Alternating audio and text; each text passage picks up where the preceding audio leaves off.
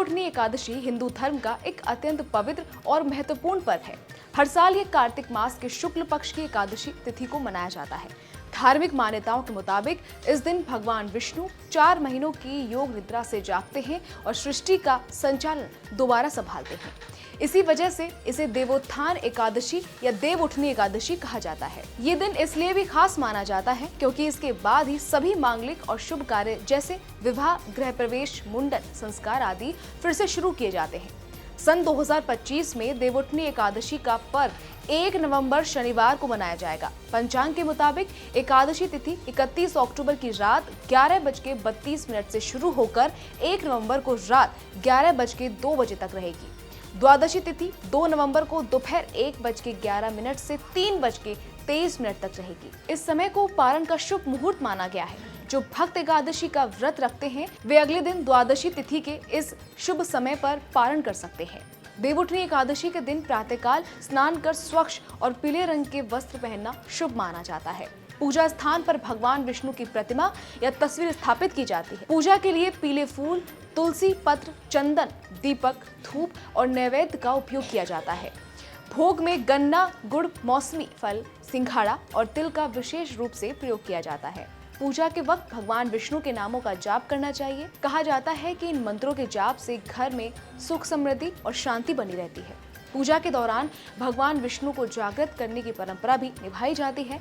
इसके तहत दीपक जलाकर, शंख बजाकर और मंत्रोच्चार करते हुए उन्हें योग निद्रा से उठने का निवेदन किया जाता है।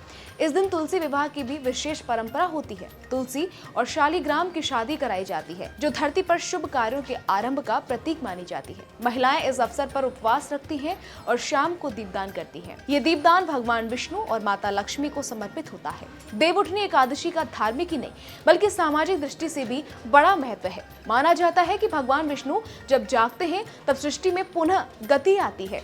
4 महीने तक जो शुभ कार्य वर्जित रहते हैं वो फिर से शुरू हो जाते हैं। इसलिए ये पर्व नव आरंभ और सकारात्मक ऊर्जा का प्रतीक माना जाता है।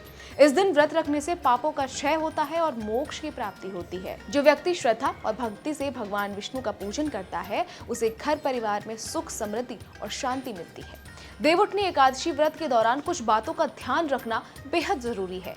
व्रत रखने वाले व्यक्ति को अहिंसा, सत्य और संयम का पालन करना चाहिए। दिन भर गुस्सा, छल कपट और कठोर वाणी से बचना चाहिए।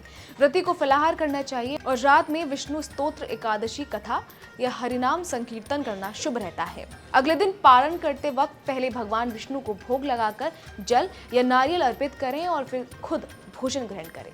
इस दिन दान पुण्य का भी बहुत महत्व है। कहा गया है कि जो व्यक्ति देवउठनी एकादशी के दिन गरीबों, ब्राह्मणों या जरूरतमंदों को अन्न, वस्त्र या धन का दान करता है उसे अक्षय पुण्य की प्राप्ति होती है। विशेष रूप से तुलसी का पौधा दान करना बेहद शुभ फलदायी माना गया है। देवउठनी एकादशी हमें ये संदेश देती है कि जीवन में विश्राम बाद जागरण और नवसृजन जरूरी है।